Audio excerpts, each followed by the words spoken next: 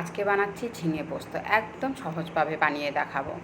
তো চলো রান্নাটা শুরু করে দিই। একটা বাটিতে নিয়ে নিচ্ছি এক টুকরো আদা, কয়েকটা কাজু,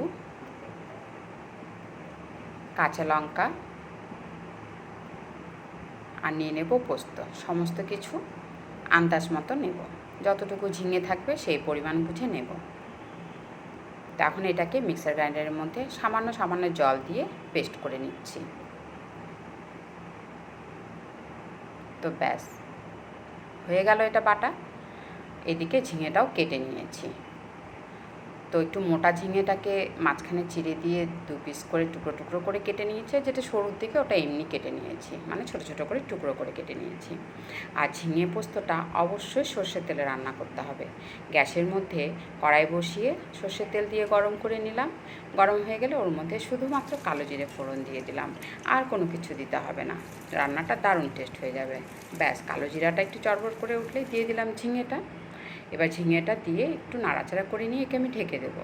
তো ঝিঙের থেকে প্রচুর পরিমাণে জল বের হয়, এই জন্যে যেই জল বের হবে সেই জলেই ও সেদ্ধ হয়ে যাবে।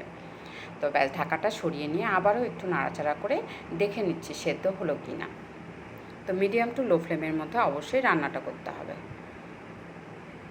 এখন আমি এর মধ্যে দিয়ে দিচ্ছি লবণ, দিয়ে দিচ্ছি হলুদ, আর দিয়ে দিচ্ছি পোস্ত বাটাটা। তো পোস্ত, কাজু, কাঁচা লঙ্কা আর যে আদা বেটে রাখলাম সেটা এখানে দিয়ে দিচ্ছি। দিয়ে ভালো মতো করে আবারও একটু নাড়াচাড়া করে নেব। পুরো রান্নাটার মধ্যে আমি একটুও জল ইউজ করিনি। ঝিঙের থেকে যে জল বের হয়েছে সেটা দিয়ে সেদ্ধ হয়ে যাবে, পুরো রান্না কমপ্লিট হয়ে যাবে। তো ঢেকে ঢেকে একটু রান্না করে নিলাম মিডিয়াম টু লো ফ্লেমের মধ্যে। ব্যাস আমার রেডি হয়ে গেল ঝিঙে পোস্ত। দারুণ টেস্টি একটি রান্না, বাড়িতে করে দেখবেন। যদি ভালো হয়ে থাকে তা আমার ভিডিওটিতে অবশ্যই একটি লাইক করে দিয়েন। তাহলে আজকের জন্য এইটুকুই, আবার নেক্সট কোনো রান্না নিয়ে আসবো। সবাই খুব ভালো থাকবেন, সুস্থ থাকবেন, অ্যান্ড টাটা।